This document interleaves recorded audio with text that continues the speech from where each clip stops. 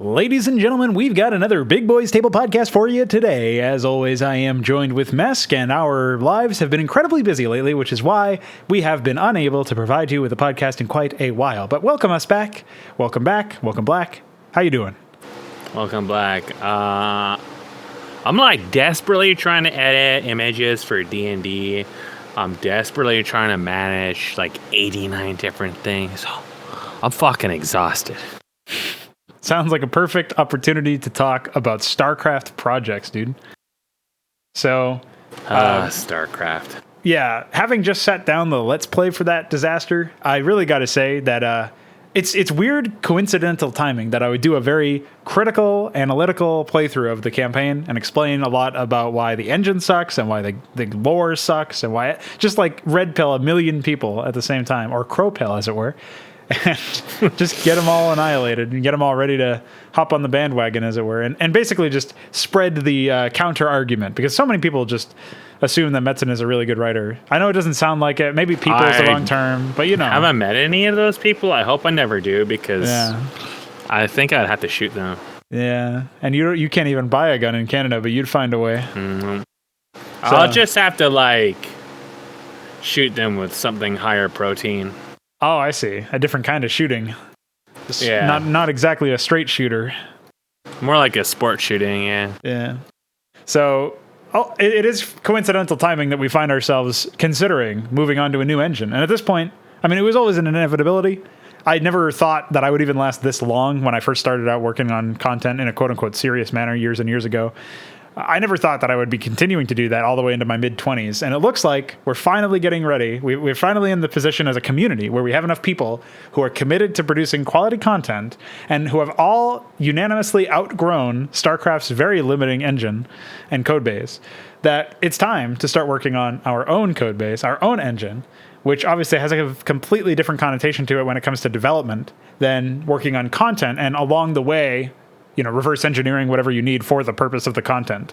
And that's where we're going to focus most of our conversation today. Obviously, you recently started picking back Brood War content development up before all of the insanity that happened in your personal life, or I guess the insanity continued, we should say, because it's been just a fucking weird year and longer than that, as you pointed out earlier. So when did we even do the last fucking...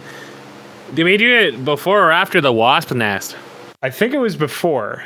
So it was a while ago. It was at least a month and a half or something. So it was a long time ago. It's always hard to believe so much retardation can be bottled up into one fucking month. Yeah, tell me about it. So suffice it to say, we got some catching up to do.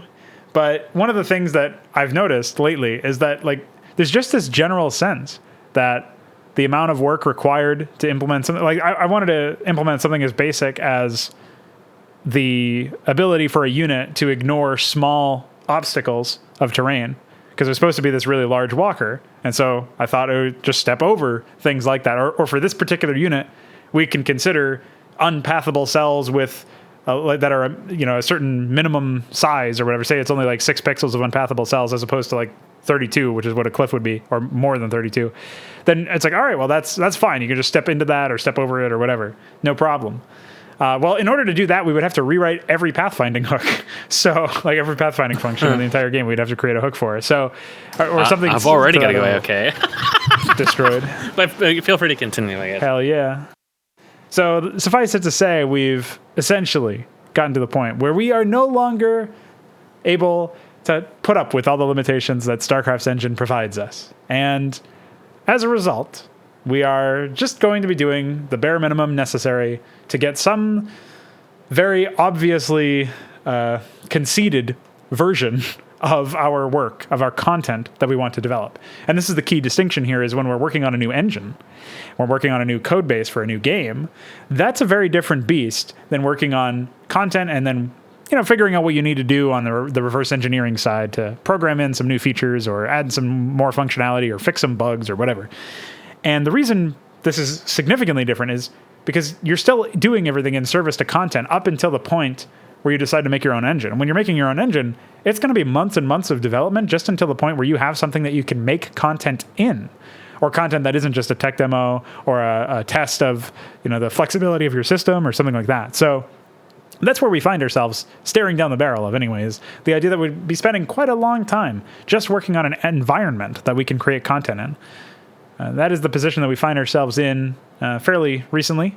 Within the last week or so, we've made that determination as a community that seems to be the direction we want to head in. But first, we've got the campaign crap, and obviously it's quite an experience to try to ramble a campaign together in 3 months. So we're going to see how that goes, but I'm feeling pretty good about our odds as a community to get at least one completed product out of this, even if it's not immediately complete by the end of the event.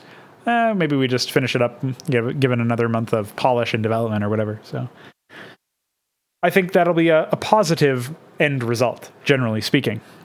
And then beyond that, we, of course, have to consider essentially what we're leaving behind and all of the different things that obviously it's quite a difficult emotional task to do if you're already invested in the years of work in some cases that you've done. But at the very least, you got some transferable skills. You figured out how to do voice acting in my case, it's a little bit of programming, a little bit of AI work and level design and all this other junk, all these skills that you've in some cases honed and mastered, you could say. And in other cases, you're just familiar with them, you're comfortable enough with them that you can adequately produce some content using them. And in any capacity, that is useful. Hopefully you'll be able to adapt to a new environment where maybe the tools are different, hopefully better. Maybe the format is modified in some capacity, so things are just a little bit different on the back end. But ultimately we'll come away from this entire experience eventually with a much better environment to work within. And that is an investment into the future that hitherto has just been unseen. The people behind Open Brood War, for example, they didn't seem to be the content development guys. It seemed like more a passion project, but just from an enthusiast's perspective. And this is actually a dangerous aspect of content development, if you can even call it dangerous. I've known a lot of tool devs who are only really in it because they are temporarily invested in the idea, because it's interesting to them, because it's a challenge. And when those people lose the luster, lose the motivation to continue working on that for whatever reason, could be completely external to the actual thing, or could it just be that it's too much work to continue doing, those people will be of no assistance to you, and sometimes they won't even release their source code. And even if they are occasionally updating stuff, and if they don't release their source code, then you're at the liberty of them, right? That you're at the mercy, rather, at their mercy, their scheduling and their motivation, all the mercy you can imagine. It's just, there's really not a whole lot that you can do yourself. And since you're not in control of the tools development, if you're not in control of the environment that you're working within, you can't really take that much responsibility. And that's where the concessions come in, because you don't actually have the ability, in many respects, to realistically do the things that you need to do. You don't have the ability to realistically make a new editor. If you're going to make a new editor, map editor that is, you might as well make a new game to go along with it. The learning curve is really going to be quite similar, and at the end of the day, whatever you produce will at least be usable in a much more holistic context, and probably it'll be an investment into the future that'll be much more bright as a result, because you'll be able to use this tool for your new game as opposed to just for this StarCraft thing that you may be abandoning in the future anyway. And the same is true for all of the reverse engineering that we would need to do in order to make everything work in that respect. So it's ultimately quite a different experience planning this whole thing out and figuring out what tools we're going to need to develop and all that. And we are coming at it from the perspective of a modder, from the perspective of the people who have slogged through Blizzard's lard code and tried to fix everything that we could in a very limited capacity. And, the people who have suffered through, with shitty, non-performant, in some cases just straight up buggy tools like Firegraft, for example, or the Python modding suite before, and in some cases even after Veek was able to take over development of it. It's just one of those things that, it's not a very performant piece of software in many respects. And even when it's behaving and it's not buggy, that's still something that you got to take into account, something that you got to take points off of for. And we've been dealing with these crappy tools, these substandard tools, we'll say. We've been dealing with this very hostile environment that when it comes to the code base, where we don't have control, and we have to constantly make concessions. We have to scale our ideas back. We have to be compromising in our approach, as opposed to uncompromising, which is what we would like to be. We just don't have the responsibility. We don't have the control. And we simply can't do much more with the current engine. Rather, we could, And I do think we have the responsibility, if we were to stick with StarCraft, to continue the reverse engineering process. But you have to remember that the reason why we're making the decision to jump ship in the first place is because if we decided to make good on that responsibility, to accept that responsibility and keep working and keep reverse engineering, it would result in months and months of work just to make the code base a little bit more flexible, just to make StarCraft itself a little bit more performant, a little bit more functional. Those months could be the difference between having actual systems in place in a new engine, especially with the amount of documentation Are you available. building an engine from scratch or are you using something? Oh, yeah, it's going to be 100% from scratch. I mean, from scratch in the capacity of composing the engine. Like, we're going to use a library for graphics, just a standard SDL library, I think. And then we're using... I think you guys are really underestimating how much work it's actually going to be. Oh, for sure. It definitely could be. For example, the pathfinding alone. Pathfinding alone is going to be a big deal. Well, we do have the luxury of using Open Brood War's unfinished code base as a reference at the very least, if not an outright basis. But that in and of itself is also something that was built from scratch. So it's not like working within anything. I think the hardest challenge is going to be networking. And I think that's true no matter what engine you use. For an RTS, there's nothing that's out of the box. Yeah, networking is going to be another one. Yeah. So... But I just finished summarizing all the goals. I don't know how much of that you were here for, but I was just sort of finished summarizing. I have to run like every fucking 5 seconds a few times a week. I'm able to actually come down here. I caught like the beginning and then the end. You were basically saying that you wanted to avoid all the performance and limitation issues of Brood War, but... Brood War and its tools, yeah. You guys were talking... Tools. Yeah, Brood War's tools have a long history of being shit. Fucking Camelot systems. Just a sea of incompetence on that entire fucking website. Well, just so few people came out of that community who were even like bearably competent. Yeah, and meanwhile, incredible how their bad programming practices plagued us for like 20 years. Oh, of course. And now Andy Bond, a person responsible for the worst of the worst, is Blizzard's lead programmer, so it's no surprising that, StarCraft 2, etc. are all heaping piles of shit. Hey man, they backported Warcraft 3 refunded stuff for the 10-year anniversary of StarCraft 2, so that's pretty epic. Yeah, it's gonna be like the biggest slap in the face for anybody who still follows that fucking shovelware. Hey guys, we got some shitty untested garbage from Malaysia. Oh yeah, a bunch of features are incomplete and non-functional, lol, but it's just like the genuine experience. I just can't believe, I can believe, every single time I say I can't believe something about Blizzard, I have to preface it by saying I actually can believe it. But it would be incredulous. It should be incredulous. This should not fly in the modern market. This should not be how we live our lives. But it is. And that's what I can't believe, really, at the end of the day. It's just, I'm so in disbelief of the fact that people are willing to just cheer them on at the back of this. It's the same shit I've been saying for like close to fucking 20 years now, ever since Warcraft 3 came out, that Blizzard just produces shovelware and has just... It must make you go a little crazy. Quality assets at this stage. Or just be incredibly jaded or something. Because if you've been on the ball about this for quite a while at this point, and just for the people to keep falling for the same shit. At some point, you got to call the cops on the guy who keeps hitting you. You know what I mean? Like, you can't just keep allowing this shit to happen. Stand up for yourself.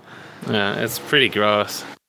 I still remember way back on Star Alliance, when the Onyxia raid first came out in World of Warcraft, and people were posting numbers like, wow, these numbers are so big.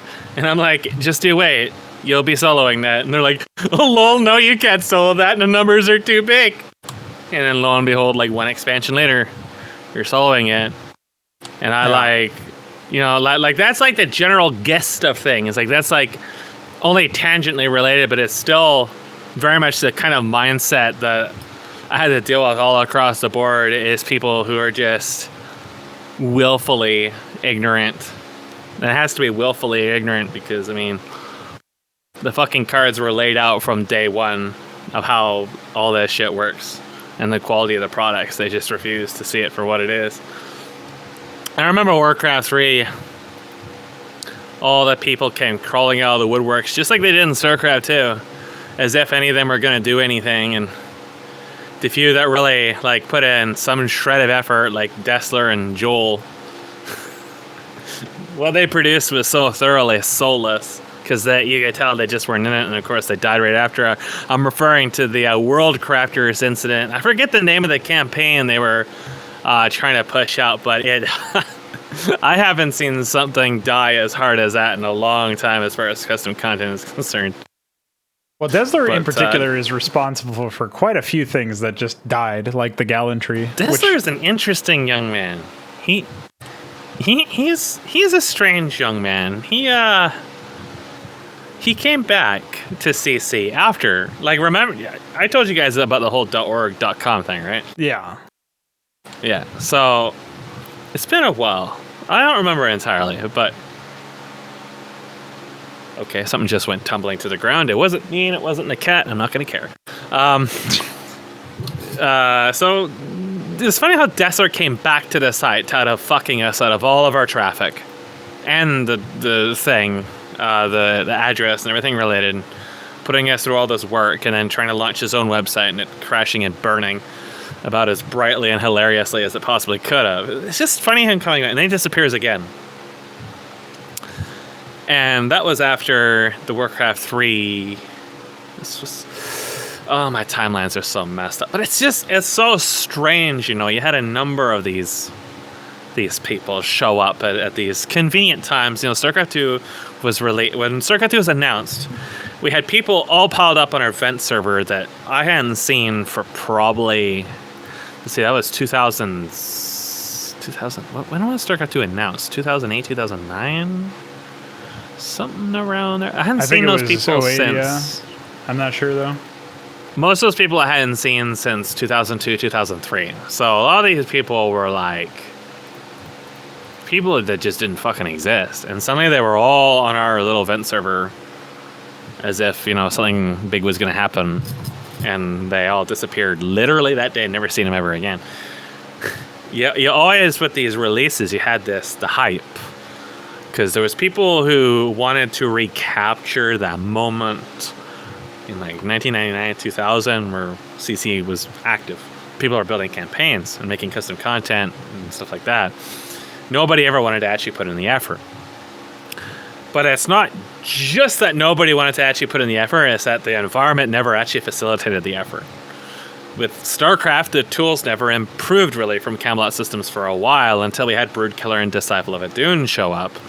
But Firegraft is obviously, even just from a little bit of messing around with it, extremely untested and dysfunctional. I mean, at least it doesn't corrupt everything just by looking at it like StarCraft does. But I just keep using it, man. At some point it will, and you'll be like, oh. I had a lot of issues just trying to figure out what the fuck is going on with the 110 executable. Yeah, you probably needed the 110 version, which I don't even know where it would be anymore. Because the Firegraft only works for like individual versions. I have it. Oh, okay. I have all this stuff. So, I have 110 Firegraft. I think I may have been the only person who ever had it, actually. I don't think it was ever released anymore unless I released it. Wouldn't surprise me. Dude, some Koreans fucked it up real bad for an updated version. I mean, the version that we use works fine for 161. Some Koreans modified it some more, and they broke pathfinding in it. I don't know how, but if you compile an exe with that version, it breaks pathfinding completely. So you'll like order a unit to right click in the fog to move in the fog of war, and they just move the other direction. I've never seen anything quite like that. I mean, seeing as the Koreans can't even build their own projects and just rampantly steal everything imaginable and produce this ugly, hue-shifted mess. Yeah, they do that with StarCraft. It doesn't surprise me they can't work with something complicated. Dude, I never showed you that Thor asset before. I actually had to. I fixed a bunch of shit in it, but there were these massive, like 256 wide lines of fucked pixels in like every other frame that I had to fix. So that was pretty epic. It's just like those are the kinds of people that I think they don't per se thrive in the environment that's presented via StarCraft, but it's like if you don't have the impetus, the motivation, the drive to fix the shitty environment that you're in, then that's the kind of shit that you will create. is like these busted ass Thor assets that have these obvious problems with them that you see when you just move them around and you just never fix. You got all the Desler campaigns, you got all the other shit. Like just this, it's cyclical in the sense like like you said, the environment never like mandates. It doesn't give you the opportunity to be super creative and like I guess you can unit test stuff. You certainly could do better than all these people, but in some respect, it's almost like you get the sense like, why would I bother? Like, why would I? Yeah. If I'm going to have to make so many concessions elsewhere because of the nature of the environment, the tools, the plugins, everything else. If that's going to be the case, why when I started try? thinking about Armageddon Onslaught, I ask like 1,001 fucking questions, right? Yeah.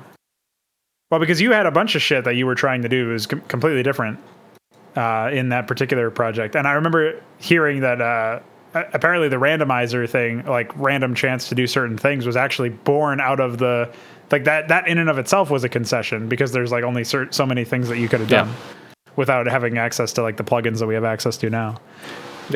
Yeah. Like you couldn't even think of, like you're talking about local variables or whatever. Like I can't even fathom what you can do with that because I've never really worked in an environment with that except for Unreal.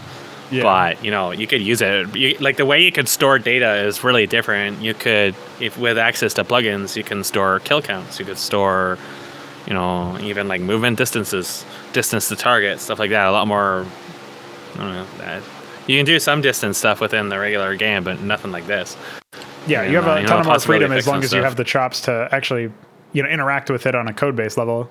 So and even if you don't, like you could probably find somebody who's messed around with it a little bit. Like just earlier today, we were implementing a unit that adds up to 10 stacks of a buff to anybody it attacks, and then it multiplies the stack count by 5 to get a value of shields that it heals. It's like when the unit dies, whatever stacks it has gets multiplied by 5, and that's the value that it heals nearby allies as shields for.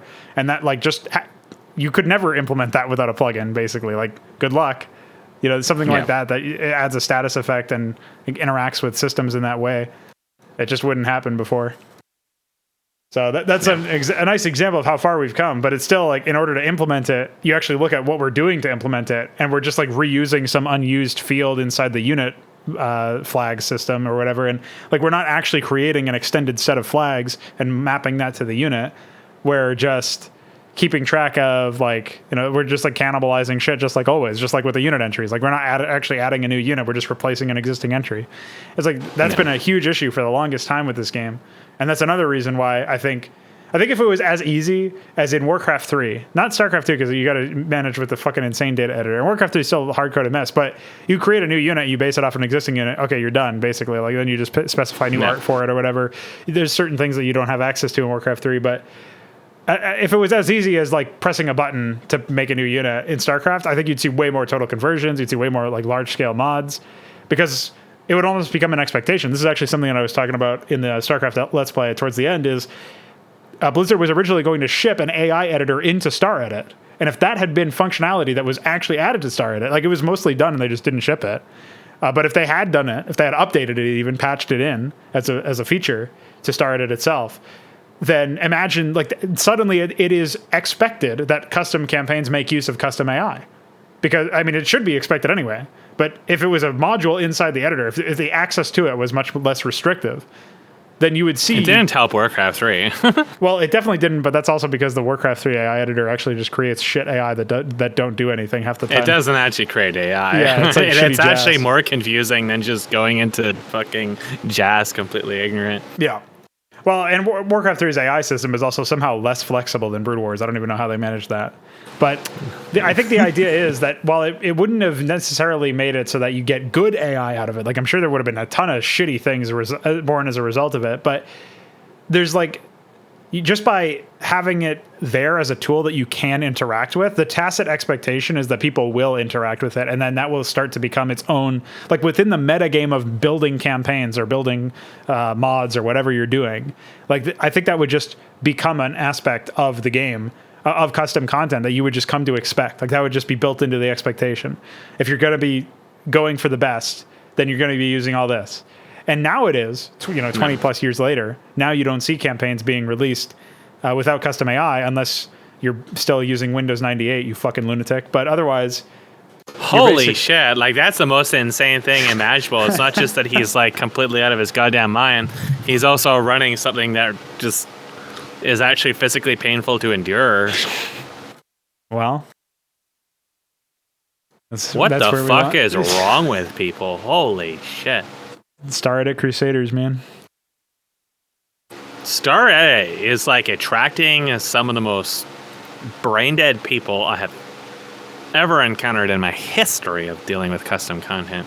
I have never ever heard of someone willfully using fucking Windows 98 and expecting everybody else involved with custom content to be as delusional. Zerg campaign easy? I guess Zerg campaign easy is the right kind of difficulty for somebody using Windows 98. I can imagine you can barely move your mouse at that point. I mean, if they haven't upgraded their it's OS probably more challenging to find working drivers. Well, at the end of the day, I think we would have less cases like that anyway if they had actually shipped the tools. I would hope so. And provided an environment that welcomed that kind of, like that level of changing. I mean, I think this has also been something that they were talking about. You were originally supposed to be able to edit like the range of units, their attack speed, like way more stats than you can normally. And to me, that's just like expected now. Like I don't even remember that you can't do that normally because I haven't worked on anything that didn't require a mod in like 20 years or something crazy, like 10 years at least. Like I've always worked on content that mandated having a modded executable. And in the last 3 or 4 years, I've always worked on shit that required modded AI. So like there's certain things that I just take for granted now that is like built into my expectation. But I feel like it would have been a lot easier for me to get that expectation if the environment didn't require me to jump through quite so many hoops.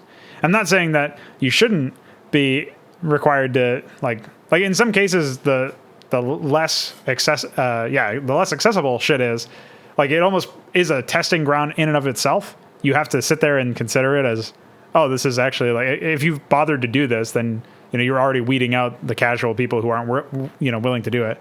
In a way, that's like what remastered is. Like if you're still targeting remastered as your platform, then I know you're not serious about content development. It's like a nice quick check. It's like, oh yeah, you passed. Well, it's like a conversation I had with a guy, right? Like I was talking to a guy about videos before, because I was making videos for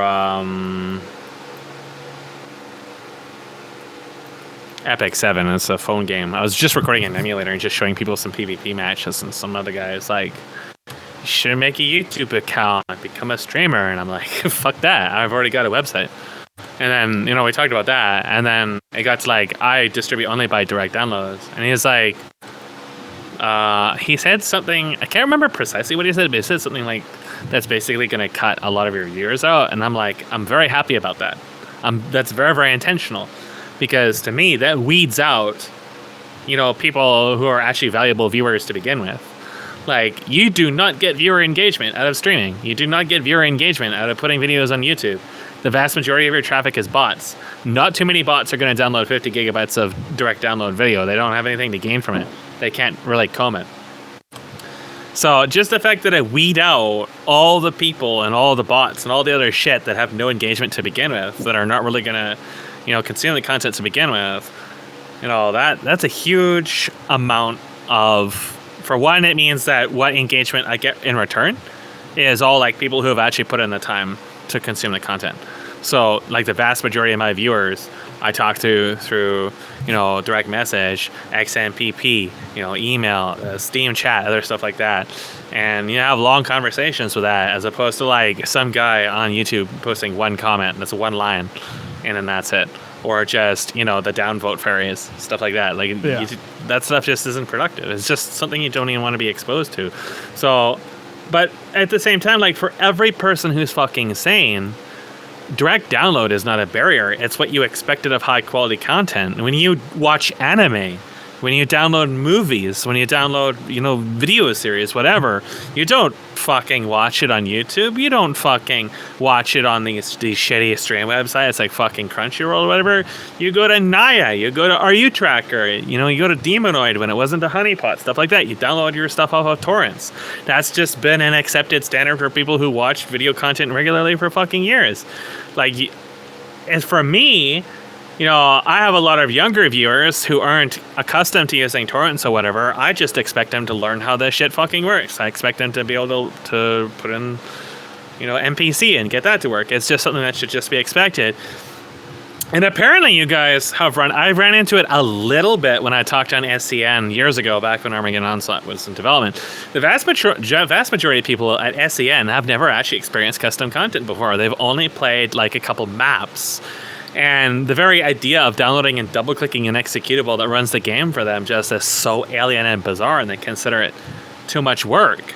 And when you think about it, when you're trying to play something that should consume preferably a couple hours of your time at the minimum, or watch a video series that will consume a couple hours, downloading a video or downloading an EXE really should be like the least of your fucking worries, especially when you know that in taking advantage of certain kinds of content that's only accessible through this medium means a better experience for you. Like, being resistant to that is fucking insanity. I mean, there's mod systems out there that are way too involved and way too annoying to do. Counter-Strike Go comes to mind. Installing custom skins on that, Valve made it as annoying as possible. You have to do all this kind of shit and mess around with all these different archives and crap. At least back when I was messing around with that was too much work. That wasn't worth the effort. But every other game I've ever used, like downloading an EXE, is fucking nothing. It's like the least amount of work possible. If you can't be asked to download an EXE, quite frankly, you don't deserve to be playing custom content. Well, that's the thing, is if you like, this is just part of the players or audience's standards, I think, is the idea behind, the standards that you have for your players or for your audience. Like, if I didn't respect my proverbial player base, the thing is, like, it's super easy for me to get into the mindset for this because I am my own player base. Like, that's how I interpret it, is I'm not making shit that I wouldn't want to play. Yeah. So I'm going to make shit. You're making shit for yourself and then releasing it to people. Exactly. Yeah. So my thought is, yes, I'm making it with some understanding that likely, based on the people who are in the community that are also helping me make this thing happen, I'm probably not going to be the only person to play this. But I'm still going to be the primary focus as far as the audience is concerned. Like, I'm going to be building it with the assumption that this is going to be something I enjoy playing. And if it fails in that regard, then it's, in my opinion, it's failed as a product or a project or whatever you want to call it. So that's, if I didn't respect the player base, assuming it wasn't me, like, again, it's targeted at me, so it's super easy for me to do that. But if I didn't respect them, then I would make it super easy, or I wouldn't give a shit if the dialogue was too long, or if there was pauses in the middle of gameplay, or if there's any of this stuff. Basically, I would do what Blizzard did. I would just make this shit, like, disrespect them, insult their intelligence, pause in the middle of gameplay, center view their camera around in the middle of gameplay without even pausing, for that matter, and all this shit, and have dialogue that goes on too long, cringy voice acting, cringy writing, and all this other stuff that Blizzard ended up doing. I would just follow in their footsteps if that's what I wanted. If what I was looking for was just to be able to release content and I didn't care about who actually played that content, then I would probably be like these people at Starida who, don't bother modding or don't bother doing voice acting or whatever. And that is the whole point of making content that's a cut above, is because nobody else is making it, so I have nothing to play if I'm looking for quality content. Like, until a bunch of people start making content, then I can quote unquote retire if I really want to. If I have nothing else to work on and I don't just want the novelty of making something else, and other people are working on enough content to the point where I have a guaranteed supply of high quality content, then yeah, I don't need to make anything else anymore at that point. But I don't think that day will ever come, just because I'm probably always going to want to make something. But it's just like, that's why I have like a standard of person who would bother downloading and playing the content. And the fact that it's not as accessible as possible, where any 12-year-old who plays remastered with the cartoon skin pack on can just run it. Like, I'm glad that that's the case, because those kinds of people the kind of people who would say, no, I don't feel like downloading another version of the game and installing it, and a process that takes maybe an hour. It depends on your internet connection, I guess, but really shouldn't take longer than an hour. Like within a day of finding out about the project's existence, you should be able to set it up and start playing. And if that's too much of drag for whoever it is, then that person simply is not my target audience. And that's a natural way to weed that kind of player out, that kind of audience member out. Of course, it doesn't fully guarantee that, because there are people out there who make YouTube videos of this content, like the playthroughs that I do, the playthroughs that Jay Bruno has done. There's people who do these playthroughs, and then people who otherwise would not interact with the content directly have an avenue into it. And that can create some very interesting connections. But generally speaking... Is this a Nazi server? Yeah, well, I don't even remember that guy. What that guy actually says, like a Nazi recruitment server or something. A Nazi establishment. Is this server a Nazi establishment? That's what it was. Can you hey man, that? he just wanted to burn some crosses into people's lawns. Yeah, he was asking for his own benefit, yeah. So, we've covered a little bit of ground here talking about the kinds of players and audience members that you get, and the fact that the environment behind StarCraft itself, and of course all of the other Blizzard games, didn't really help when it came to producing quality content, or raising the standards of the audience and thus of the developers.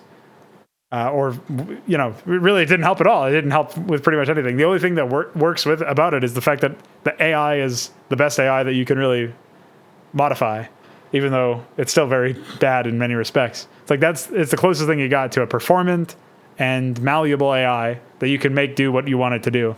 And even then you need a ton of concessions. And getting away from the concessions is like a really big focus for me. So that's why one of the reasons why I wanted to do this podcast in the first place with you is, obviously you have a similar perspective to me in that you went into Unreal 4 and you were like, holy shit, I get to have access to so much shit. I get to have access to debug tools that actually work, and I have access to tools that actually work in general. And I've got a lot more freedom, and it's more about what I can or can't do as opposed to what the engine will allow me to do in many respects. So that's the kind of environment, that's the kind of reaction I want developers to have when they walk into our development environment when it's set up.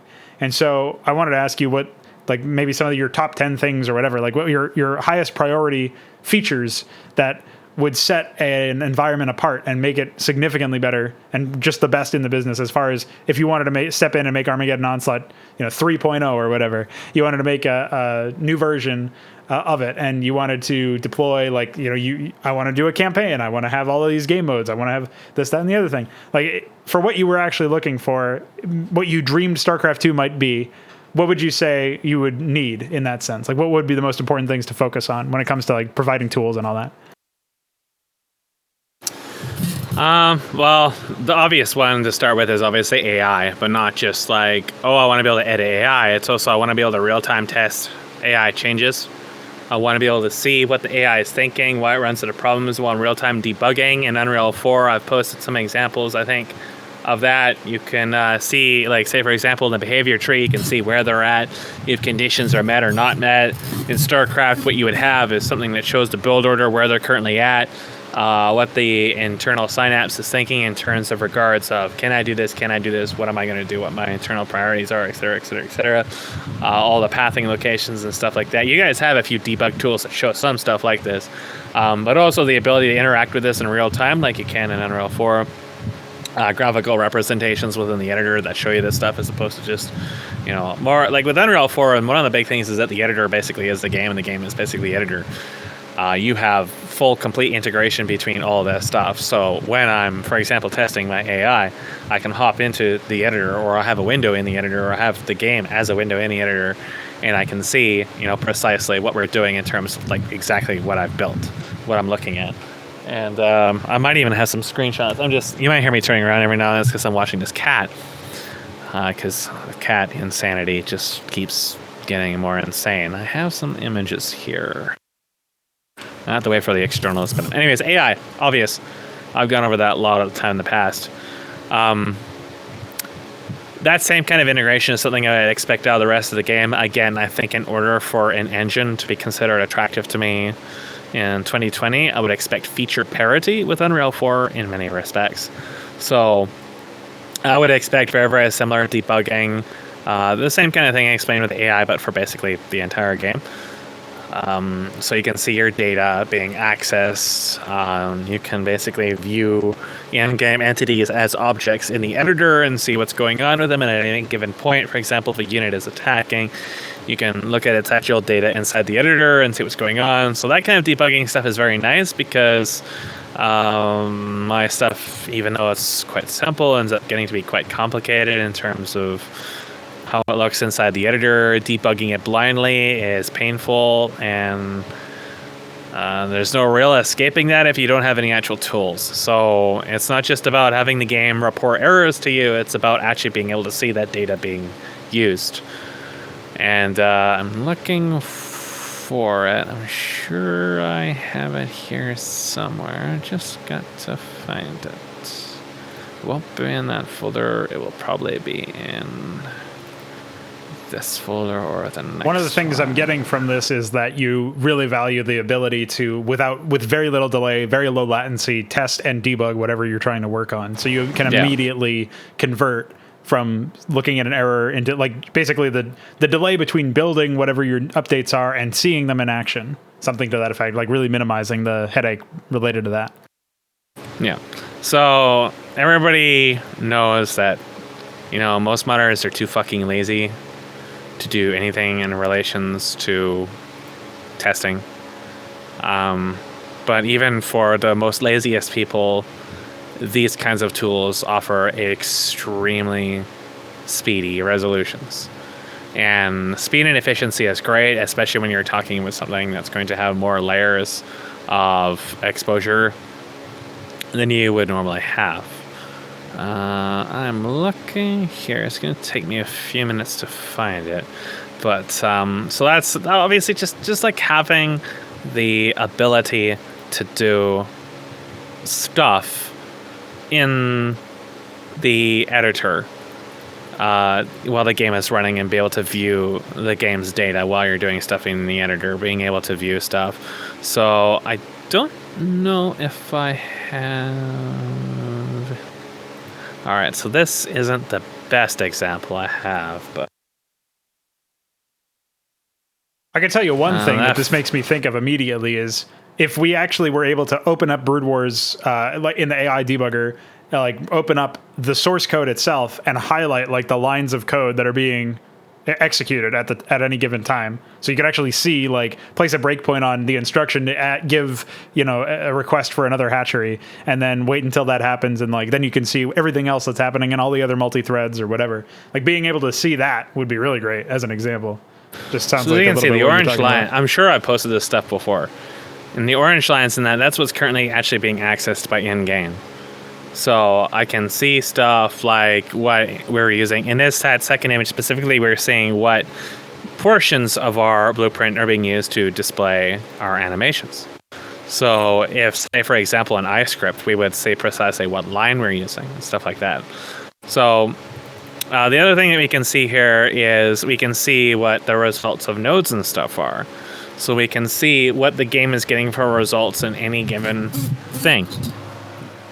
And if we end up with a no result, like this image, it means that something is broken, it's not getting the data.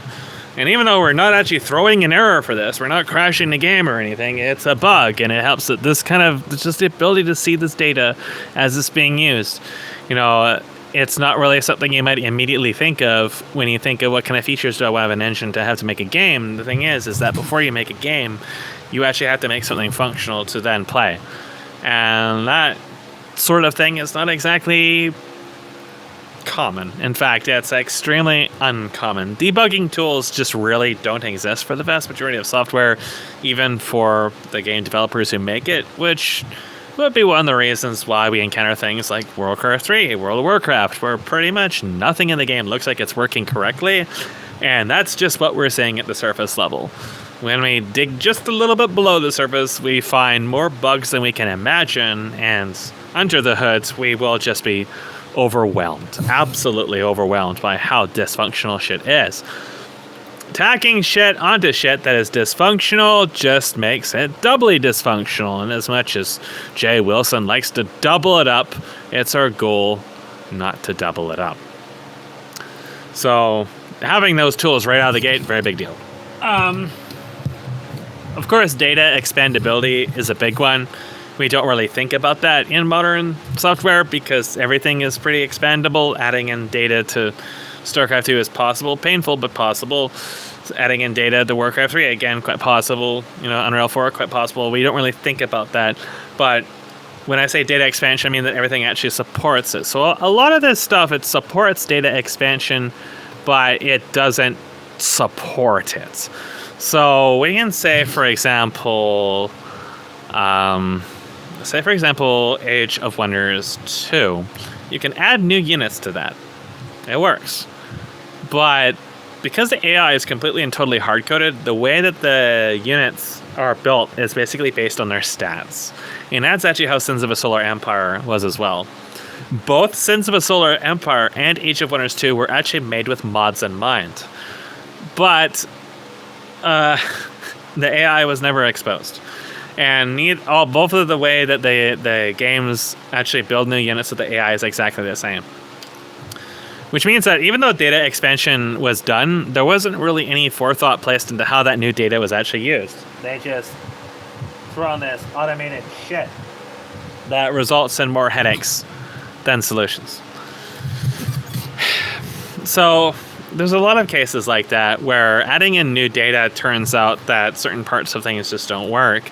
Like the new resources in StarCraft 2, apparently the AI couldn't even register those as resources until very recently. And I'll be surprised if anybody ever actually tests that in any shape or fashion because nobody in StarCraft 2 made any AI. So here's another example that might underscore what you're talking about is I was thinking of a system that would work like this for AI specifically, where the AI would not actually bother looking at hard-coded unit IDs unless it was set to for the purpose of like the AI, whoever wrote the AI script in the level-specific thing. Like, well, you don't even need hard-coded IDs to begin with. You just would put in a value, and then the AI just has the memory, already in memory, all the data, and then that value exists in data. So yeah, so let me explain what I mean further. What I'm talking about is instead of saying I need 2 Dragoons to attack, for every enemy siege tank, I want 2 Dragoons. Well, instead of thinking for every enemy siege tank, it would say like for every enemy artillery unit. And for every enemy, or for every Dragoon, it would actually be thinking every ranged unit. And so you'd plug in on the unit side. You wouldn't even have to touch the AI besides like saying, here's what the AI, what that player's tech is available in terms of like. You actually can technically do this in StarCraft 2. Right. You can technically do this to an extent. I'm pretty sure you could do this with aliases and some other stuff. You actually can do this in StarCraft 2. Yeah. And so the idea is like you customize it on a data level. Is a mess. Yeah, you customize it on a data level on the unit side. You just say, here are some traits that this unit has. I mean, you wouldn't even need to actually add this. It would just be like, here's your range. It would be a tag or something, right? You could do a flag to override something that would automatically be determined. But if you didn't set any flags, like you didn't set artillery, it would say, hey, this range is like really high compared to a normal unit. So we're going to class this as artillery. Or like maybe it would just automate that based on some other system. Like you got a high range, low movement speed, or low mobility, blah, blah, blah. Okay, you're an artillery unit. Like some characteristics that it would automatically flag in certain respects. You probably want to compile that into the data structure rather than calculate it at real time. Oh yeah, for sure. Just so that you aren't, doing this kind of stuff in real time. Well, the other reason why you would want to do that is so that if the unit gets slowed, it doesn't turn into an artillery unit in the class or something because it's like temporarily slowed or something. So yeah, you would have to read it based on its stats and not on its active real time thing. But I think that could be really useful for writing an AI and then like customizing it, because you wouldn't even necessarily, if its personality is that it builds a lot of melee warriors and you add a couple new melee warriors to its tech tree, then it should just automatically sort through those and like add them based on what other characteristics they might have. Like maybe it prefers light melee warriors to heavy melee warriors. You add a couple of heavy melee warriors, you don't really see that much of a difference at the end of the day, but you add a couple new light melee warriors, it suddenly starts mixing up a bunch of more stuff depending on what it actually needs. Like maybe the light melee warrior that you add deals more damage to small units, it deals concussive damage, whatever the case may be. So then when it's being attacked by a lot of Zerglings, it's like, all right, let me get this light melee unit out or something like that. So I could see a world where a system like that would be more flexible, and then you could always override it to make it use something similar to a hard-coded set. Like you could hard-code what units it actually uses if that's what you wanted. And I imagine most people would still want to do that in the case of like Final Cut AI or whatever. Might look like that anyway. But for general AI that plays well with basically whatever you want, in terms of what units are available and that sort of thing. I think that could work out really well, because then you'd have like just an AI that handles itself based on like a mod. You mod in a completely new race, but the same AI that always runs in the melee can still handle it in that sense in a skirmish context. And that I think would be one case where it would be super useful, and obviously support expendable data or expandable data in a way that doesn't normally get supported in any of these games. The other thing I would change, or at least have, is non-dependency oriented data. So in StarCraft 2, for example, the actors and stuff like that are all enslaved to each other in this giant, confusing chain. Right. And the editor doesn't even show you a lot of stuff that's actually associated with each other. So you basically cannot recycle pieces of data whatsoever. Yeah, even as Brood opposed Wars to even allows you to StarCraft 1. recycle stuff. Like you can have multiple things using the same image entry or something, or same flingy entry. So there's really like that's one of the biggest issues with StarCraft 2 is you can have two very similar units, but you cannot reuse data between them.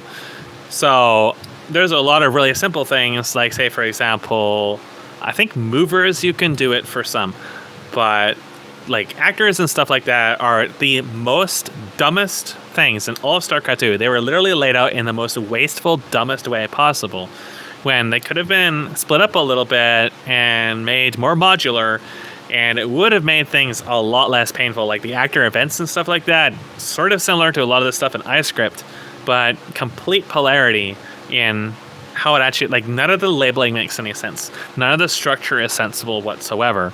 So you really want to like kind of sit down and figure out how you're actually going to display this data to the user and to the creator to make it as simple and fast to go through as possible. It isn't, again, a lot of people seem to associate complexity with difficulty in learning and time consuming.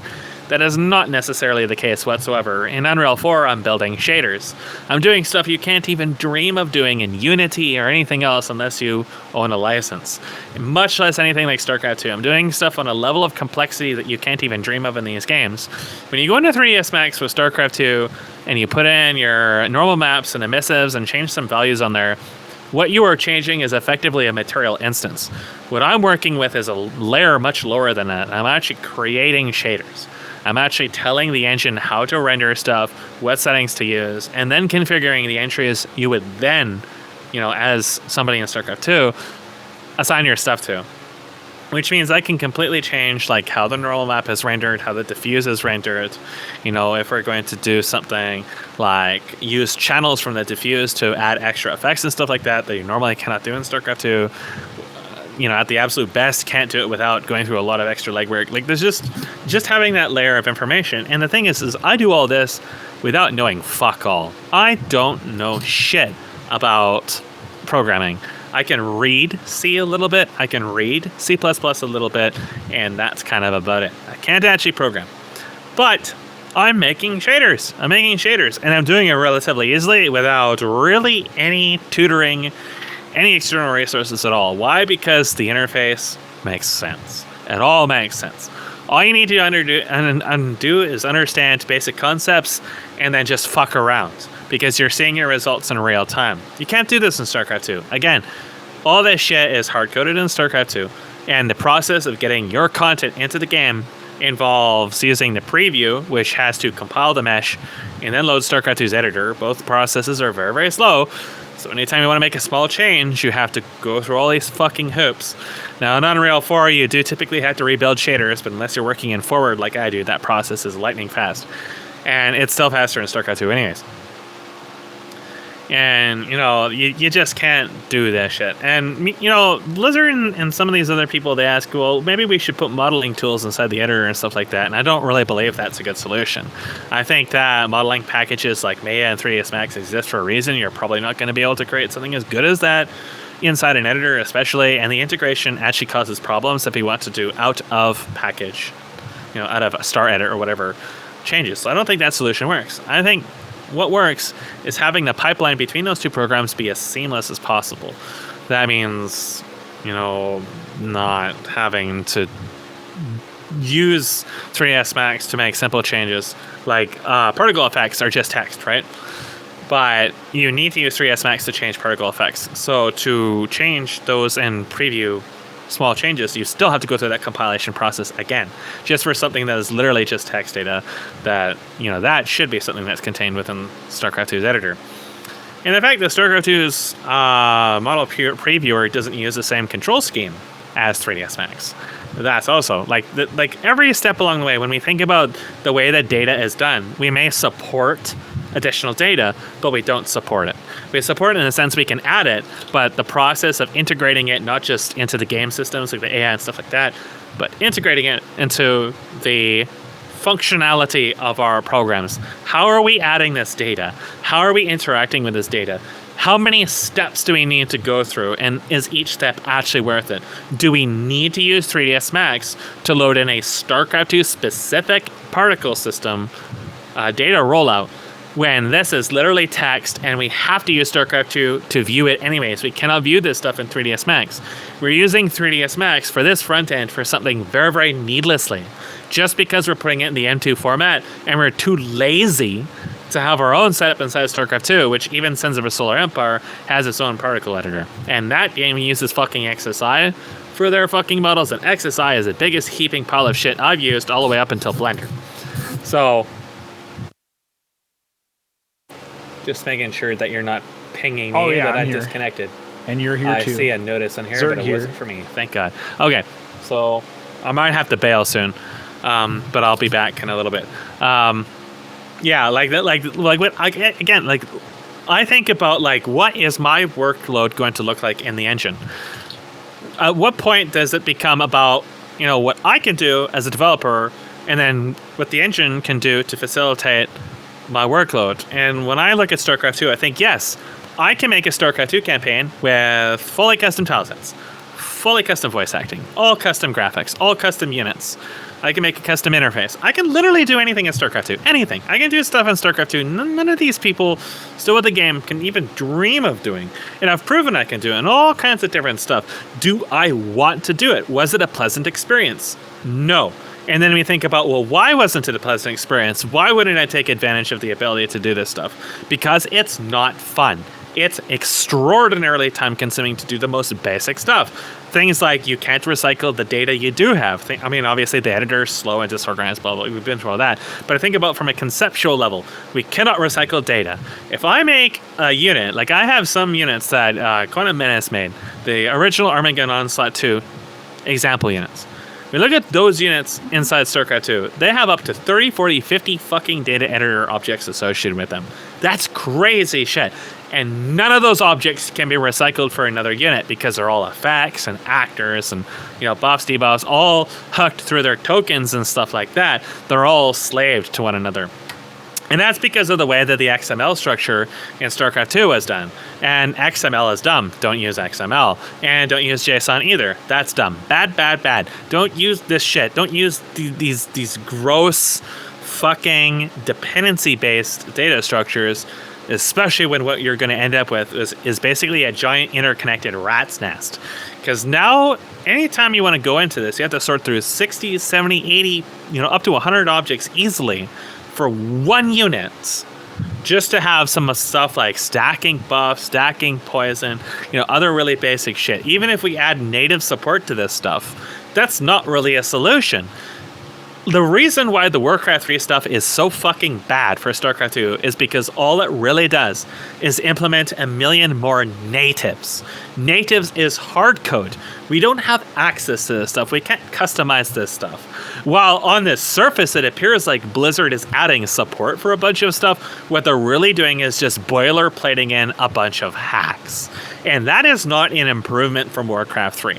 Nobody making content for Warcraft 3 or Warcraft 3 Refunded is going to go through the Herculean effort to deal with fucking Galaxy Edit, not to even speak of the much more cumbersome user-made tools and or 3ds Max Blizzard-based tools for StarCraft 2. Go through all this extra effort, relearn everything, just for the same locked down system where everything is, again, all hard-coded, but on top of a data structure that is very, very, very, very unfriendly to expansion, where you have to use a broken duplicate process or manually recreate everything. And again, you might remember back when StarCraft 2 came out, people complained about beams a lot. People had problems with beams. That's because beams have two separate sets of actors, and the related list doesn't show them because although they're all interconnected to each other, the editor doesn't see the tokens between because it's two separate objects. Like you had the beam that does damage and the beam that displays a ribbon.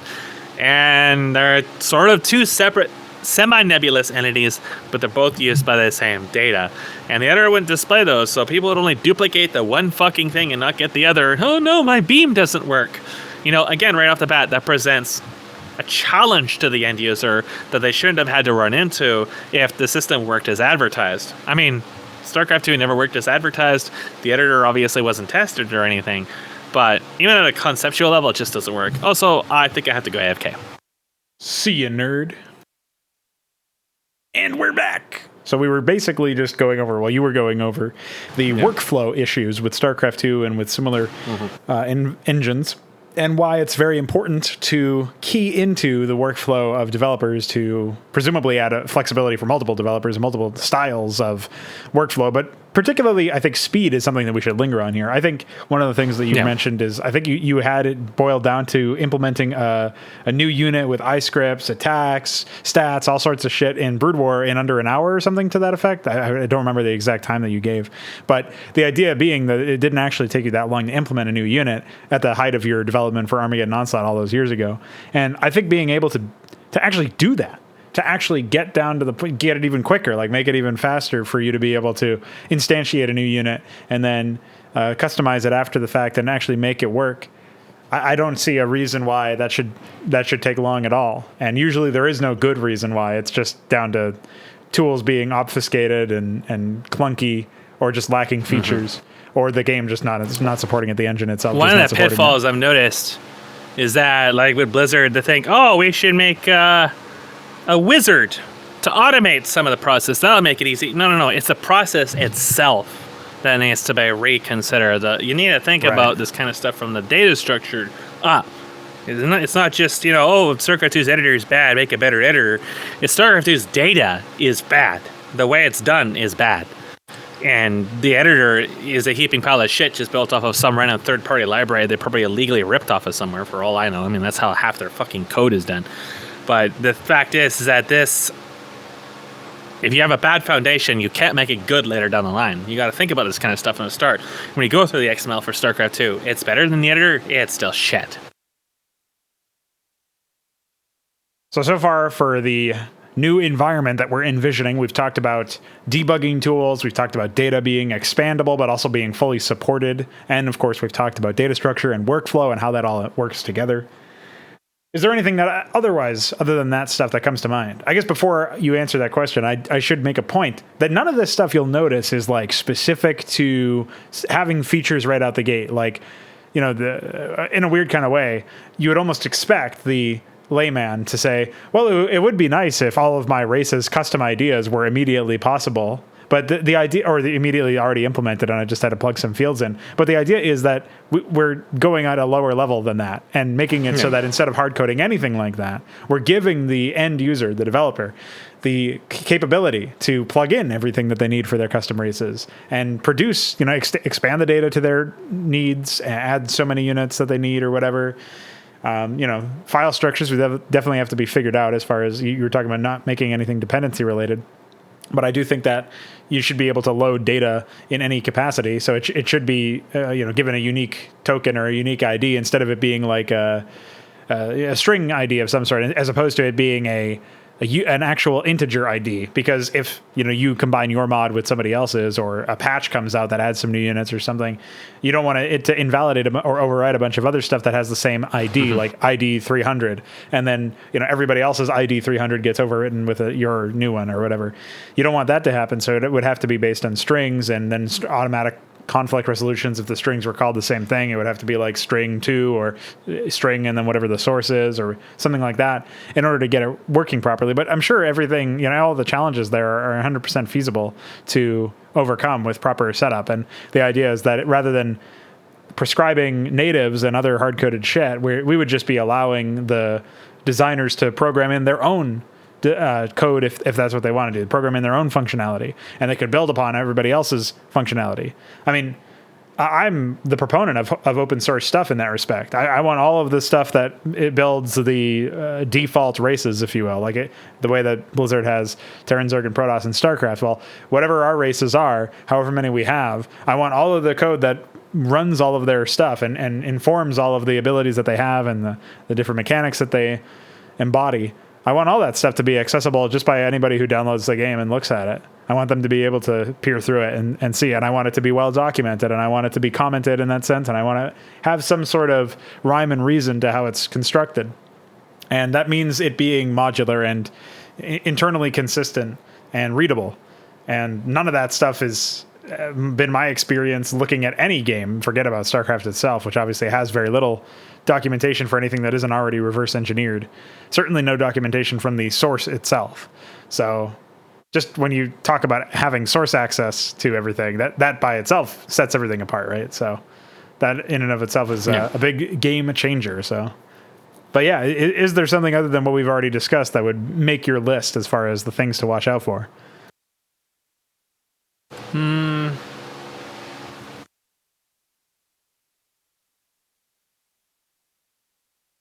Hold on, I'm like going through like 69 different things here. Destroyed.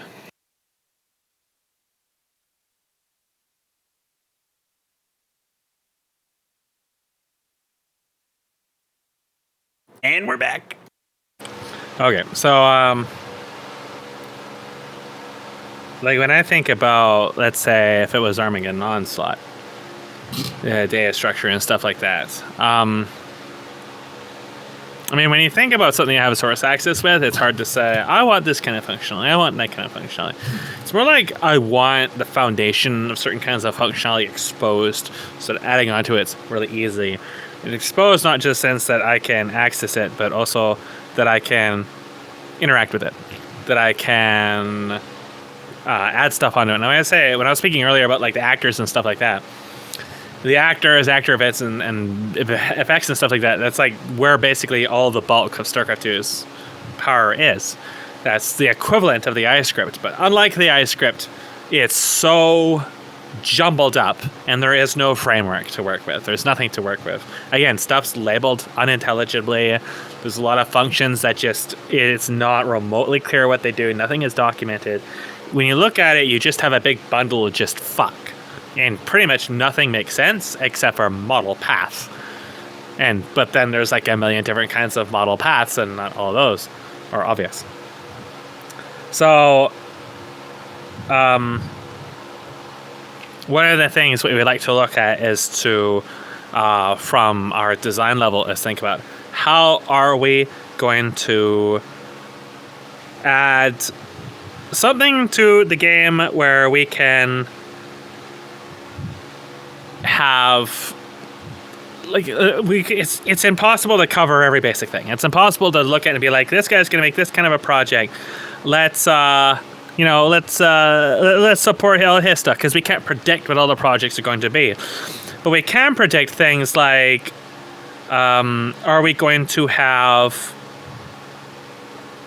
are we going to have custom projectile behaviors? What kind of custom projectile behaviors can we think about? When we think about splitting, non-seeking, line trace, we think about all the different stuff, the way the Valkyrie missiles behave and stuff like that.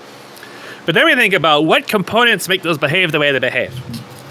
Why does this move this way? Why does it move that way? As opposed to having a data entry that says, random chance to go here, a random chance to go here, a bunch of offsets. We think about the actual behavior that controls those. And then we expose that at the surface level in a manner which is very easy to access. Now, you guys exposed some stuff in PYDAT for, I think it was... AI force values is maybe what you're talking about? Yeah, the AI, I specifically mentioned it was the AI forces, and it's like a bunch of fucking math. Yeah. And I don't know math. I'm Canadian. I don't know shit about math. And that shit just confuses the ever-loving fuck out of me. So it's, like, I know what it does, but to actually get it to do what I want it to do, or to correlate that in a way that makes actual sense on a layman's level, especially like if I want to modify that, even if I know what I'm doing, we're still looking at something that's like, 120 characters or longer to get functionality out of it when it should be something really, really basic. Well, the biggest issue I think with the reverse engineering aspect of anything is the fact that it basically limits your ability to do any sort of progress on systems unless you have a very specific set of skill set or a very specific skill set, and or you're willing to learn that skill set. In the case of me, like, it took me many, many years before I even bothered learning ASM, and now I'm learning C++ and stuff. And yeah, I'm able to make some changes to the game's underlying systems, but most of the time, like, the stuff that I'm changing is like a bunch of unit ID hard code or whatever. It's not something that it really should have been there to begin with. I think that's another reason why the whole engine thing is so attractive to me now, because I am tired of being jaded by the fact that most of the engine development is fixing issues that should not have been there to begin with. And that does something to your psyche, I think. Like, you got to be a very special kind of person to not get fucking like angry all the time or just demotivated in general when you're dealing with something like that. And you're constantly dealing with limitations that are just imposed based on laziness or incompetence, or in some cases, like just downright maliciousness. It seems like all the remastered shit is malicious. They added a bunch of sanity checks, quote unquote, that just break operands, like commands that you're not even using in the basic AI, but they updated the AI commands that were never in use in Blizzard's AI to now crash the game if used in a certain way or whatever. So it's like just absolutely insane shit. Like, that's just malicious as far as I'm concerned. Like, that might be somebody trying to, like, maybe that was the byproduct of them upgrading the code base to a new version of C++ or something. I don't fucking know. I don't know what they were doing. But whatever it was not sensible whatsoever, and it actually had a very negative impact on modders specifically. But of course, they don't give a fuck about that. So that sort of hostile development, that hostile point of view, I think, is another aspect of the engine in general, because it's not just the environment, but it's like the creators of that environment, the developers of the game, of the engine, are responsible in that respect for deciding how welcoming they're going to be to people, and deciding how open they're going to leave their work. And I guess you just don't see people actually trying to be open in that sense for, ever, basically. You never see it. You never see people welcoming, the idea of releasing shit to be open source. Like, one of the rare times that in recent history this has happened is actually the Command & Conquer remaster, where EA released the DLL to be the source code for the DLL so that people could use it. And that's great. I mean, everybody should be doing that as far as I'm concerned. And the only reason they don't is because they're worried that somebody is going to be more creative and more talented than them, and they're going to come in and mod the game to offer something more than they did, and that's going to create some competitor or something like that. Maybe there's some security reasons as well, or some legal reasons where they're using shitty middleware or whatever, and they don't have the license to release the source for that. But ultimately, like, the primary motivator is just that they recognize that somebody else could do better if they actually just wanted to, and they had the resources to. So they gate those resources. They lock them behind, obviously you got to reverse engineer it if you want it. So that's why we've just been at a fucking standstill for most of development. It's just that we're constantly trying to just get it to the point where we can add a couple features that really should not have taken that long to add. In some cases should have been there to begin with, and in some cases just never will be able to add, because the amount of work, like I said earlier, is you might as well just be working on your own engine if you're going to spend 3 months just unfucking unit IDs so that you can extend them. And that's where we would be, because 3. Yeah, it's a fucking mess. And the other thing I would probably point out right away is formats.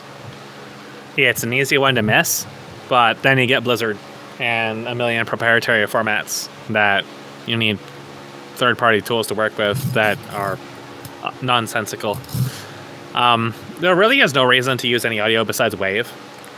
I don't see a reason to ever use anything besides Wave for basically all audio, music included. If you're going to support a compressed format, I would go with OGG, and of course support quality 10 for as close to lossless as you can really get. The other thing I would consider, especially for your graphics, is obviously stick to 2D. 3D is a waste. You gain nothing from 3D. Yeah, 100%. But you may want to have some kind of three-dimensional pathing for projectiles and stuff like that. You may want to look at how Age of Wonders 2 does terrain. It has a 3D terrain but pretty much like 2D. You mean everything our else. Marauder shells shouldn't like completely just defy the laws of gravity and appear above the cliffs when they pass through them? Is that yeah, that's because movers are two-dimensional. All of the heights in StarCraft 2 and Warcraft 3 is actually displacement. It's a hack. That is why Marauder stuff and things like that hug the cliffs, because they are being displaced. They're being visually displaced. They're not actually physical objects either. This is the other neat thing about these shitty engines, is that the projectiles and stuff have no relationship to the graphics whatsoever. Now, in a game like StarCraft 2, you won't notice it all of the time. You can notice it some of the time, but not all the time. And in a something more well developed, obviously, like Unreal 4, you're not really going to notice it that much at all. But in an engine that's incredibly shitty, like Sins of a Solar Empire, you get desyncs of up to like 10, 15, 20 seconds between projectiles visually hitting something and then the damage actually being registered. So that's that kind of stuff you really want to avoid. Yeah, I'm right there with you with that one. You gotta really think about all that, like right before you even begin trying to make it, because you gotta think about how this stuff's gonna work. Because what's gonna happen is if you think about one idea and you're partway through it, and you either come up with something new or you want to do something different, it can be really, really, really, really hard to dial back and redo everything, and then you can run into a lot of motivational issues. So again, I think you guys are underestimating how much pain this is going to be, especially since, as far as I know, none of you have any experience in making engines. It's like the stuff I'm talking about right now is actually extremely high level in the grand scheme of things. Making this stuff from scratch, just the pathing, even for like the projectiles, and again netcode and stuff like that. That's just one block, but even things like getting the projectiles and stuff like that to all behave as you would expect them to, and then enabling customization on top of it it's going to be a challenge. Well, I make no bones that we're going to spend a lot of time just working on the engine itself, the environment itself, before we can even get to the point where we're making content or adding support for other people to step in and make their own content. But that's sort of the bet we've made when we realized that StarCraft, being the best platform that currently exists for RTS custom content, is still not good enough. We clearly have to make our own, and none of these other engines will suffice, really. They're not going to last for very long. So I don't know where to spiral off from here, or if we even really can. I think it's approaching both of our hard outs at this point. But I don't know if you have any closing thoughts. I'm okay for the moment, but I don't know. There's so much shit I could ramble about. I may as well talk about my plans for Armageddon Onslaught, since I think there's probably a few people who were interested in seeing if that got somewhere. Yeah. It sounds like you guys are abandoning that extension for units. Okay, so let me actually explain first of all what the original plan was. So the original plan was that we would extend all data types, so units, weapons, orders, images, sprites, flingies, sound effects, and portraits, and then I think there was like one other like map data or something. So we were going to extend all that shit. And first setback came in the form of orders, where we realized that there's a mechanism under the hood that means that unit IDs themselves are 1 byte, which means they're limited to a maximum of 255. And because unit IDs were limited in that sense, orders pointed to the unit IDs, and we could not extend orders past 1 byte to make it like cap of 65535, for example, which would be 2 byte. We couldn't extend it past that unless we spent 3 months of approximately, it's just an assumption, a significant amount of time digging through the assembly and finding every single reference to the unit ID structure and either patching it or hooking the function that it's responsible for, or whatever the case we would have to do after that. So just locating all that shit was going to be a pretty challenging endeavor, let alone actually writing the replacement code for it. So that was our first initial setback, but I still thought that would be fine because we could get up to 255 orders. We could probably come up with some sort of weird workaround where like we use the same order for a lot of different things, and then find some hacky thing to differentiate based on that order, like what the source unit is or whatever. We could figure it out from there, but the unit ID thing is basically the same thing. So units.dat itself, the units, like the entries individually, reference a unit stat structure that is basically referencing the same thing that the orders are referencing. And we didn't think that was the case until we actually did some more research. So when we found that out, it became obvious that in order to extend either one of these past 1 byte, we were basically fucked. I'm not even sure if we can extend it at all, but, beyond the current ending. But even if we did, we would only get like 20 entries or something like that. We'd go from 228 to 55. So it'd be a little over, it looks like it would be like 25 entries or 27 entries or something like that. So keep bearing in mind, we can't actually use the very next one because that's used to calculate null. So that would eat up one of them. So it would be not a significant increase. Still useful, but nowhere near what we initially were expecting. Like, for example, as a contrast, images, sprites, and flingies, well, I think flingies are still 1 byte right now, but we have the means to extend it to 2 byte.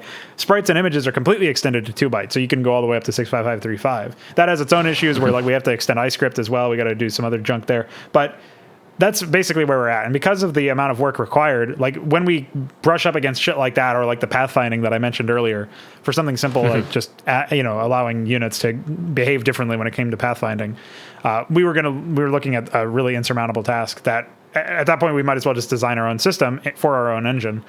Especially when we stumbled upon the open Brood War source and we realized that like a large portion of this shit, it's not cross compatible. Like we can't take it and put it back into StarCraft. It's not like reverse engineered in the same way.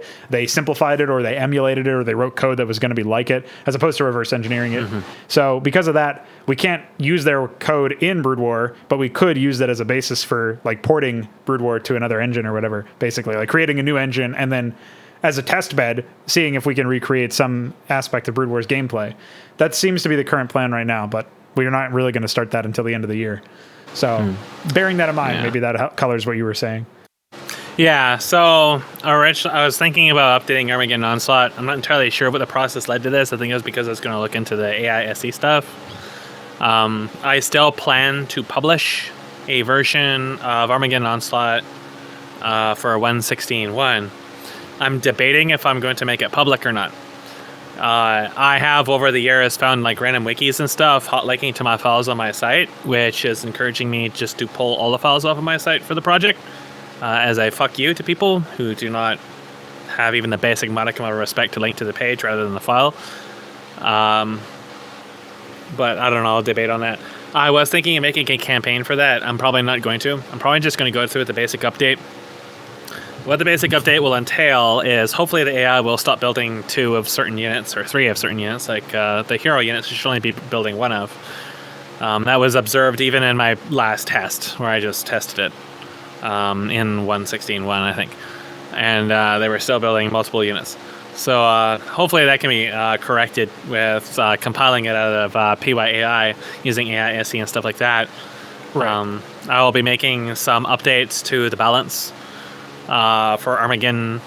I probably won't be doing any super major stuff. A lot of this stuff really depends on factors right now that are outside of my control, like how the real life stuff goes. Because right now I'm under more pressure and duress than I have been since 2006. And everything pretty much is at a standstill and will be at a standstill for quite a long time. Of course, right, as soon as I start thinking about doing this kind of stuff is when everything really hits the fucking fan. It literally is just going from 1 week to the next of insanity right now. Since the last Big Boys Table, I've had a wasp nest subsequently scraped off and smashed right in front of my house so that it threatened the lives of everybody nearby. That locked me down for about 2 weeks. And then there was a treadmill incident, which was fucking insane. And now we're on a prolonged 24/7 cat watch as the cat struggles for her life and is on her last stand against an extraordinarily low red blood cell count. So, yeah, everything is absolutely insane and off the walls, and that's consumed a lot of time. So I was thinking maybe if we got into this, we could be thinking about a Phase 1 release later in the year. I think now it'll be next year at the soonest. That release will feature some retooled sound effects. I'm going to be going through all the sounds, replacing ones I don't want, and otherwise modifying and modernizing stuff, clipping tails, things like that. I'll probably also go through SoundStat and change some sounds to be map wide and some sounds that are map wide to not be map wide. I'll be changing some stereo sounds and some mono sounds and stuff like that to, just polish. And outside of that, what we'll be looking at in particular is if, and this is the biggest if I feel like it, I will do a content update to Armageddon Onslaught in which I will be making significant changes to the actual units of Armageddon and also making Armageddon actually playable. Since I'm not going to be going forward with a large-scale update, I'm probably not going to do anything elaborate with the update to make them playable. It's obviously not going to be very balanced. But it'll be the bare minimum where you can harvest resources, make units, and play 1v7 if you want to. Again, this is going to be not very balanced. I don't think that players are actually going to be able to beat 7 of my AI, but you can try. So that's one thing I want to do. Things like wireframes and stuff like that will be addressed on the spot. The tile set will be fixed up a little bit. You worked a little bit on it, and I think it still needs some polish. There's still visible seams between the individual tiles, but I think that maybe just the whole fucking tile itself needs to be like rethought out because it doesn't work as it is. Yeah, well, once I took a closer look at the creep right. tiles, like the original creep tiles, I realized that there are seams in there too. So I'm pretty sure that's just a graphical error on the technical artist and not like a system engine related thing. So I can definitely take a closer look at it, try to fix it up. Yeah, so that'll be updated. I also want to put it on top of the extended tile sets, so it will support newer maps. In case anybody wants to play it on newer maps, it's just a support thing, just a quality of life thing. That should also hopefully fix the water animation that is broken in the current rendition. Since this rendition is actually just straight pulled from Infoceptor's StarCraft to Warcraft 3 mod. They must have re-indexed their water or something to not cycle. I didn't know that. I think it's just the ancient tools. The tools they used back then was really, really old. Things like cleaning up the bin file. As far as I know, just judging by the files you sent me, the current version of Armageddon Onslaught on the site doesn't actually have custom music, which is really strange. So that will be remedied. Voice acting will be replaced and stuff like that. For some reason, the MPQ rip or whatever that I have at least doesn't actually have it. Yeah, I don't know. Like, that is the file size I remember it being. I think I just stripped out everything besides the main menu music and some other odds and ends. So I am going to put in a custom soundtrack for all the races and stuff like that and put that up there. I'll be stripping out Thundergraft, so you're not going to get Thundergraft logs anymore. The file size will increase because I'll just be using Wave for everything. Yeah, it should be a problem. I'm hoping, again, we're really, really hoping here that an iScript extension is out by the time I do work on this, because if I do decide to make significant changes to the actual units, we will be looking at a whole host of new custom graphics, which is, again, one of the reasons why this won't be put publicly if I do this, because I don't want certain people having access to this kind of content. I don't want Koreans having it, and I don't want these random wikis and stuff having access to it. So it'll be privately available. It'll be by request only for people who I know. So in all likelihood, that's how we're going to change the release schedule, or release model, rather. I'll probably leave the old version on the site as it is, but any updated 1.16.1 version will be private only. And any other stuff, any other energy is going to go to D&D. So at some point, I can talk about the changes I can or would have done in depth. I know at this time our schedules are running very tight. I'm only on the computer once every day, 2 days, 3 days, usually for only about an hour or two at most, and that is all that energy gets spent into working on D&D stuff.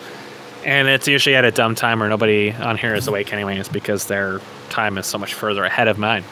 Right. But I haven't even gotten a coffee hour out. Like, every time I record a coffee hour to explain what's going on, something else happens before I can process it, and I just scrap the whole fucking thing, and then I got tired of doing that like 10 times in a row. So I just said, who fucking cares at this rate? So I don't know what I'm going to do an actual update for my stuff that really goes through everything that's happened. But it's a lot. Like, a lot has happened. I am very interested to see if you guys actually have any degree of success in making an engine. I know a lot of people that have said they've wanted to, but they never got past trying to figure it out. But you guys if you can start have gotten sending into some people programming. our way to help out on the code base level, we would appreciate it for sure. But at this point, it really is just a matter of time. I understand that it's definitely something we're going to take a long time to do. And I'm not underestimating the challenge, I don't think. Like, I recognize it's going to be a large learning curve, but I got a series of hard men who are hard enough for the job. Honestly, the biggest problem is going to be graphics and like networking or whatever. That'll be a big hurdle. But the graphics thing, we don't actually have a way to eventually fill everything out, I don't think. I mean, maybe if we're using our own lighting and we're not bothering with like trying to match StarCraft's limited palette, that's going to be a fucking great one. I can use like full transparency PNGs instead of these fucking like uncompressed, palette files or whatever. But maybe under that circumstance, we might get more people who are interested in doing the technical side of the art itself. But we just need to find a way to get that set up. So that'll be its own ordeal. The art is like probably the one that we just have the biggest question mark around, because DF, Dark and Fantasies, Deep Dark Man, he's a cool guy, but I don't think he's going to be, chomping at the bit to do models and tile sets for literally like an entire game's worth of content, because he's already in over his head doing every fucking ramp in existence right now for StarCraft. So I don't know that he's too interested in that idea. But that being said, that's probably our biggest hurdle right now, is getting that shit done. Maybe once we have something a bit more further along, I can actually start reaching out to people who I know do art and just say, hey, we're making this engine. It's going to be pretty good if you guys want to do it. Like, there's these guys who made half decent art for a game called Five Nations, but their game, as far as I understand, is in fucking dead in the water in terms of development and hasn't gone anywhere. I don't know if they were paying the fucking people who were making the models, but if I can find them, then that might be something like, hey, listen, look at our shit. It's already demonstrably working. We just need actual art. You want to do some? That might be something that we do. In the meantime, we got some places we can rip art assets from. Almost said asses. Rip asses from. But good luck finding anybody to actually make original content at the scale that we need. We need like a small fucking battalion, I think, or just somebody who's really prolific. But yeah, I mean, I think that there will be a lot of interest. We're probably going to get some people coming out of the woodwork, assuming we are able to demonstrate something that actually shows progress, whenever that is. Because like I said, I think it's a matter of time, not a matter of ability, as we're all pretty dedicated around here. So with me slaving away at the daily streams for almost a year now, we're getting there. I think we're being able to kept yourself very busy. Yeah. So that's one of the reasons why the event, this campaign crap event that we started, it ends on the 3rd of November. Not just because 3, but that's actually the day that I started my streak that I'm currently still on. So if I can make it to a whole year of daily streams, that would be pretty fucking cool. So we'll see where that goes. But thanks for joining me, and for sure we'll keep everybody updated on the engine. We probably won't, like I said, we're probably not going to get started on until the end of this year. But all next year is probably going to be that, developing that thing, and we're going to have to deal with the fact that we can't really work on content itself beyond like StarCraft themed map crafts or whatever. We might take occasional breaks and all get together to work on a quick StarCraft thing or whatever. But the odds of us being able to work on actual content in this engine before maybe the end of next year or something, I don't know how good those odds look. We won't know that much until we really see how much shit can we reuse from Open Brood War. Can we get anybody from that project potentially to come in and devote their efforts into this? Would they be interested? Can we get more people in general? Or is it, just figuring out the workload itself is going to be its own, like, what's going to be the best part? What? When you start doing like real programming and really getting into figuring out how engines work and stuff like that, you are really going to appreciate just how lazy Blizzard is. Oh, I thought you were going to say Once you understand what it is you're looking at, low level, when you're looking at the high level and you understand how this stuff works, especially in like netcode and stuff like that, and the graphics and things, you are going to realize that companies like Blizzard are way too successful for how fucking lazy they are and how incompetent they are. And everywhere you look, you are going to get sicker and sicker and sicker at what you see in the games industry. Oh, for sure. I mean, I'm already there with the limited programming that I do, and I'm sure it's just going to get worse. I should mention that, speaking of 3 months, I mean, that's how long they took to make this engine that we're still using. So that StarCraft's engine was programmed in 3 months by, I think, one guy. So that should tell you all you need to know, because 3. But what I thought you were going to say is the best part about making my own RTS engine is that Chris will start making shitty versions of other people's campaigns in it. That's what I thought you were going to say. It's time to hire him as your official remaster staff. People have diversity offers. He can be your remaster officer. Hell yeah, bro. Get him in here. Put him on the phone. And then get that protein gun. Smoke Andrea Rosa can be your compatibility officer. He can be like, hey, does it work on Windows 98? I'm not sure if my iMac can run it. Why did iMac? And you can be like, shit. I don't know, but they do. And it's gross. It is gross. And this is a perfect ending point because N. So I'll see you later on. See you, viewer, later on. And yeah, Smoke weed. Smoke weed.